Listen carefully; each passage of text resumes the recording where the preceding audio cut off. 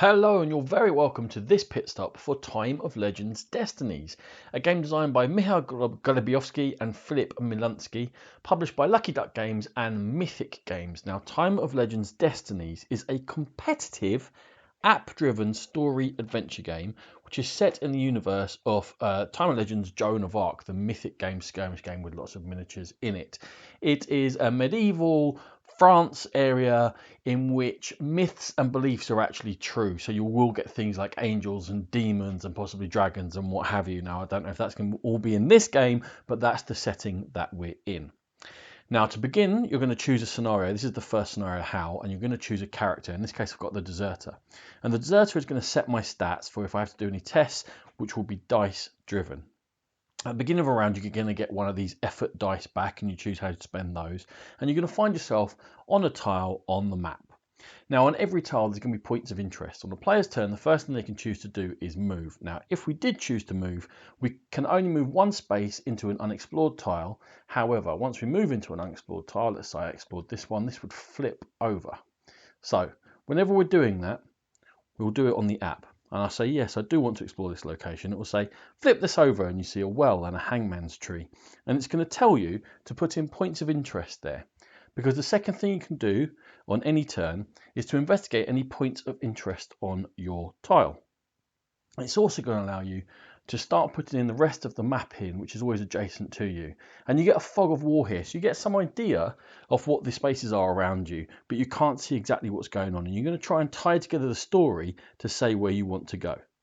Now, it's going to say to me, what do I want to do? And once I've moved, I can't move again. I'll have to visit one of these 2 points of interest. But I'll just end my turn for now. And then something is going to go on, and it's going to tell you some things. For example, it's telling me here that Sir Jahan, who's the local knight, is continuing a hunt because there are wolves attacking this village. And in order for me to win and beat the other players, I need to fulfill my particular destiny, which is going to be peculiar to myself, within the framework of whatever story is going on. So in this case, I'm a deserter. I need to work out what's going on here, how I'm going to stop the wolves, and what I need to do. Now, I go on to day 2, and I'm going to move back here. I'm going to do some interactions, you can see, because that's the main part. In terms of moving, you can move a maximum of 2 spaces. So from here, I could have moved through here because it's explored, and onto any of these tiles, or I could have explored, I could have stayed here and done stuff. But let's say I'm back here in town, and there are 3 points of interest. I'm going to go and visit the blacksmith today, and you'll only ever get to interact with 1 point of interest, but there are several things that can happen within there. So when I go and see, there's various things. I can buy equipment. I start with some money. I can earn some more. I can steal something from the blacksmith. Now that involves rolling dice and doing some things, or I can ask the blacksmith about some things here. So when you ask someone about something, it brings up this QR code. So I'll say, ask the blacksmith about, and then my QR scanner comes out, and I'm going to ask the blacksmith about myself. And the blacksmith will give me some answers, and especially early on, it might give you some idea what it is you're trying to do, what your particular destiny is. So I've asked him about myself, and he's told me that I've deserted from Sir Jahan, and I don't like him very much. This one is a test. Now, we've all got 3 stats, and they're intelligence and dexterity and power. You can play a good character or a bad character, and the virtue that you have is going to allow you to interact differently with the various people that appear on the map. So if you're very virtuous, for example, priests or angels might help you out. If you're particularly not virtuous, maybe demons or criminals will help you out. So I'm going to go as a deserter. Let's do something criminal. I'm going to try and steal from the blacksmith so we can see what happens when you do a test.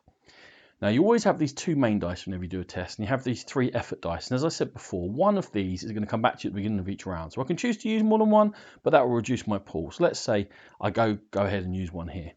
I'll roll these dice, and I'll check the amount that I've rolled. In this case, I've got a 4, a 2, and a 1. That gives me 7. I compare that result to whatever stat it is I'm using. In this case, it's a dexterity test, and I got above 4, so that's 1 success, and I got as far as 7, that's a 2nd success. So I've got 2 successes in what I'm trying to do.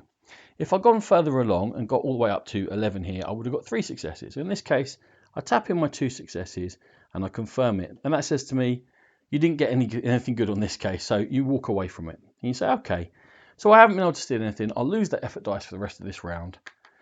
But in this case, I'm allowed to carry on doing. Now, those are my basic stats, but I can improve them. There's a couple of ways I can improve them.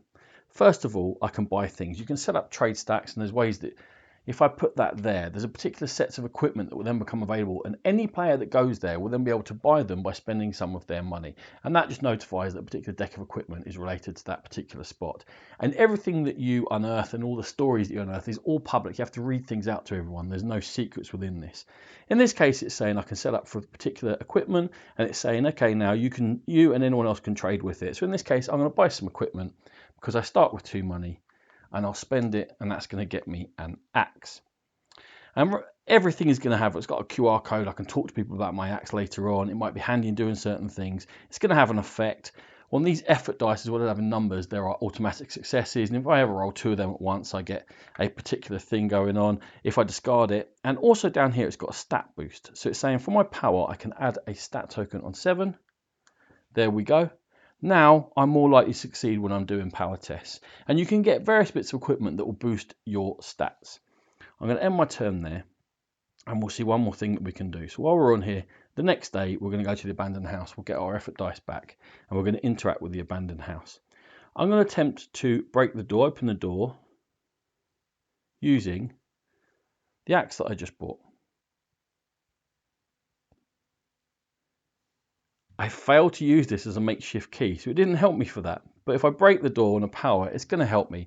Let's say I roll and get a bunch of successes and confirm that. The door creaks open, allowing me to get more interaction and also gain an experience point.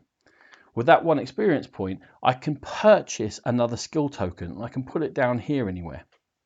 Now, these ones which are further up, costing 10, 11 or 12 on a dice roll to trigger, are going to cost me 1. As they get more obvious down here to the ones, they're going to cost you more. So I might look to build up my experience. Let's say I had 3 from doing various things. I could then spend that and put it onto one of my slots. And now, whenever I get to 4 on an intelligence test, that's going to count as a success. So by getting equipment and getting experience and going around and interacting with the area, you're going to unveil the story, unveil your particular destiny, be competing against the other players to do it as fast as possible to resolve your situation. Once you get onto the game, you'll get to your own epic ending, which will take a certain number of turns. It doesn't mean you've automatically won, and will be quite tricky. You'll probably want to have some equipment in order to do that by interacting with all these people. And if you do finalize your epic finale, you will be the winner of Time of Legends Destinies. This has been the Game Pit Stop. For more videos like this, check out our YouTube channel. For more in-depth coverage of gaming, please check out the Game Pit podcast and check our channel because we're going to have a playthrough for this first scenario coming up very shortly. Thank you.